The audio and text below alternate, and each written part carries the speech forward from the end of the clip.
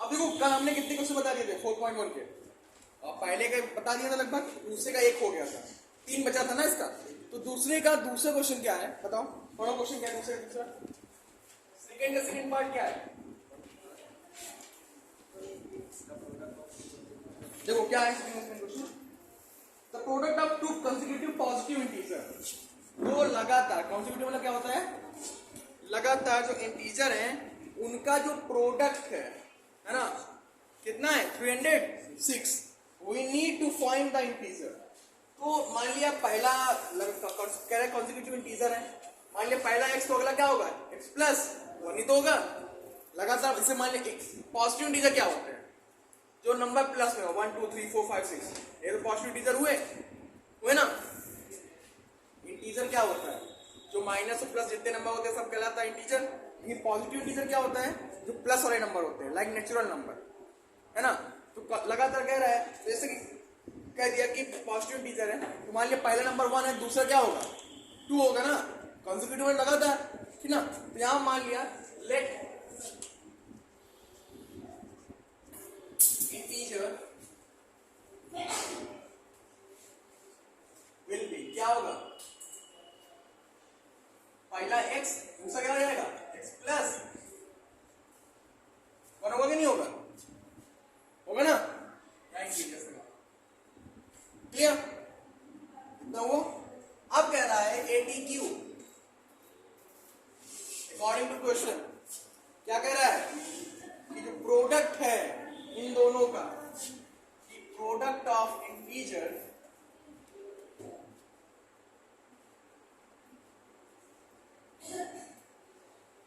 इसके बराबर होगा 306 के बराबर। तो प्रोडक्ट कर देते हैं क्या, x into x plus 1 is equal to 306, क्या हो जाएगा एक्स स्क्वायर प्लस एक्स बराबर 306, 306 को ट्रांसफर कर दो, x square plus x minus 306 is equal to 0। तो ये तुम्हारा क्या हो गया आंसर। अब इसमें कहा था ना कि क्या ये क्वाड्रेटिक फॉर्म में है, तो हाँ ये क्वाड्रेटिक फॉर्म में है। क्यों है, ये किसके फॉर्म का है, x square plus b x plus c के फॉर्म का है, तो ये क्वाड्रेटिक इक्वेशन हुआ कि नहीं हुआ, यही हमें प्रूव करना था। समझ में आ गया, नोट कर लो इसे, note it down.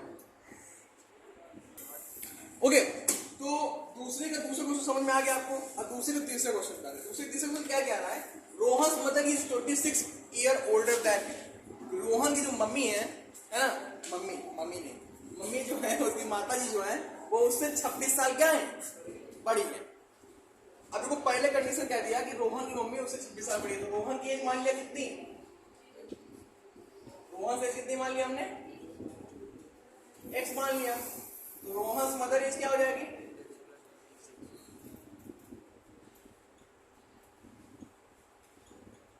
x plus. अब कह रहा है कि the product of their age 3 year from now, मतलब आज से 3 साल बाद। तो ये बताओ आफ्टर 3 ईयर, 3 साल बीत गए, एज विल बी, एज क्या हो जाएगी रोहन से कितनी होगी x plus 3 and Rohan mother is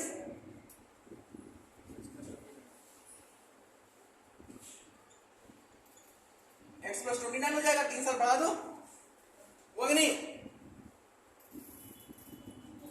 now क्या कह रहा है अकॉर्डिंग टू क्वेश्चन, क्वेश्चन ये कह रहा है कि जो प्रोडक्ट है एज का कितना है 360, कितना है प्रोडक्ट एज का कितना है 360। नाउ मल्टीप्लाई कर लो, x plus 3 x plus 29 is equal to 360, multiply x square plus 29x plus 3x plus 87 is equal to 360, हुआ मल्टीप्लाई।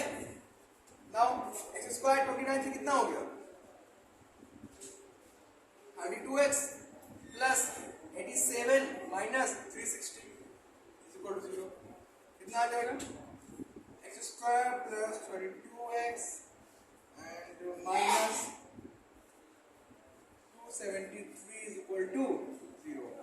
और ये तुम्हारा क्या हो गया, आंसर हो गया। ये भी क्वाड्रेटिक फॉर्म में लिख देना, this is also a quadratic equation. ये लिखते हो नीचे, अभी चेक करता हूँ, नोट करो इसे।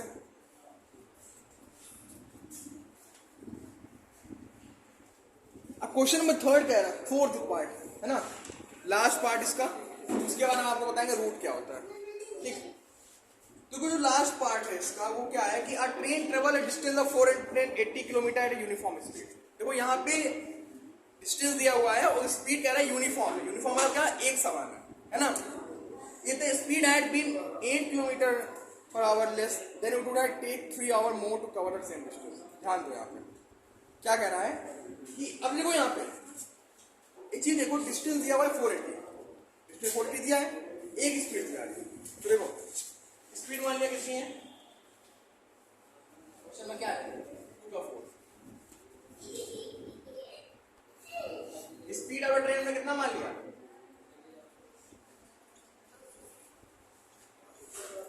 x मान लिया है ना। डिस्टेंस कितना है, तो टाइम कितना लगेगा बेटा, टाइम कितना लगेगा, टाइम बराबर क्या होता है, डिस्टेंस अपॉन स्पीड। डिस्टेंस बराबर क्या होता है, टाइम बराबर डिस्टेंस अपॉन स्पीड ही होता है। अरे यार डिस्टेंस बराबर क्या होता है, हाँ सर वही होता है।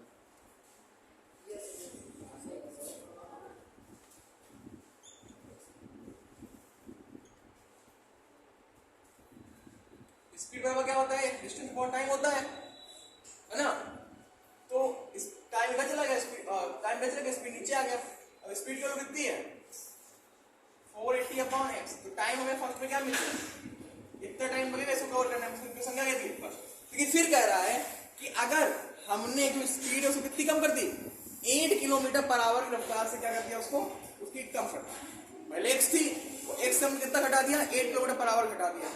तो अब क्या होगा, तो इस अब now again when speed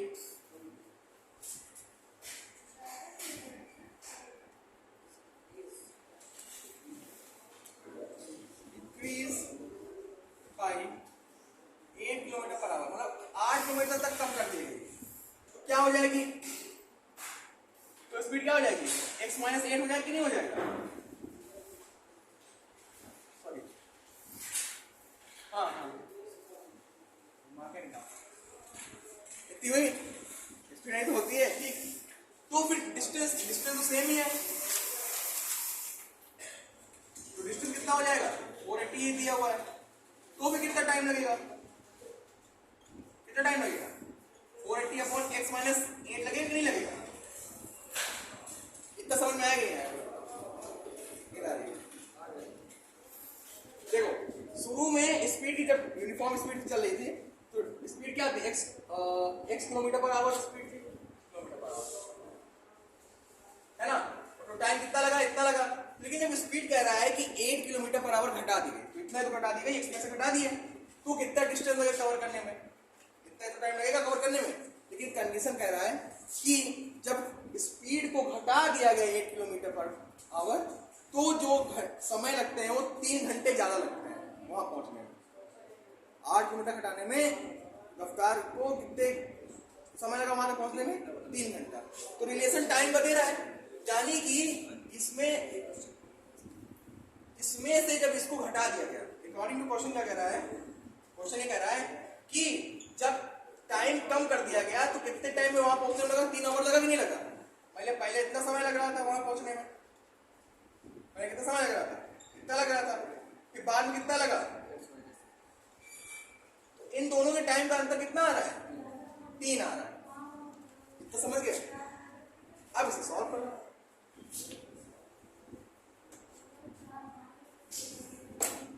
solve क्या करेंगे, क्या एलसीएम दिख रहा है ऊपर, सॉरी कॉमन क्या दिख रहा है ऊपर कॉमन है 480, बचा क्या 1 upon minus 8 is equal to 3। काट दो, कितना आया? 16 3 48 160 आया। ठीक, अब इसे एलसीएम ले लो, यहाँ 160 रहने दो। x minus 8 minus x upon क्या हो जाएगा? X square minus is equal to 70%, sorry cut गया है ना। इसके बाद क्या हो जाएगा यहाँ पे? 16 थे 16 8 जा,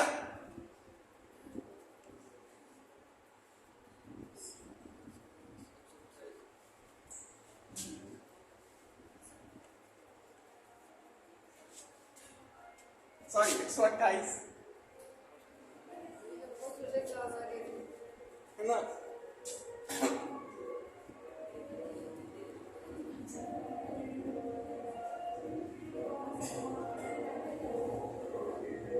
अब देखो क्रॉस मल्टीप्लाई करा दो, क्या हो जाएगा?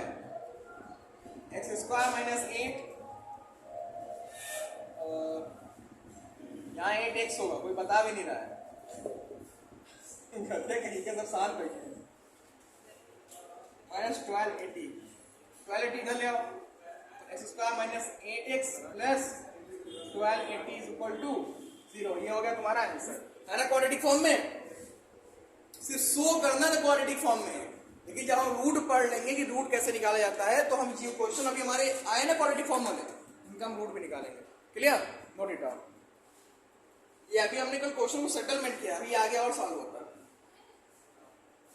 वैल्यू ऑफ x निकालने के लिए। ये समझ में आ गया? फिर से बता दें एक बार।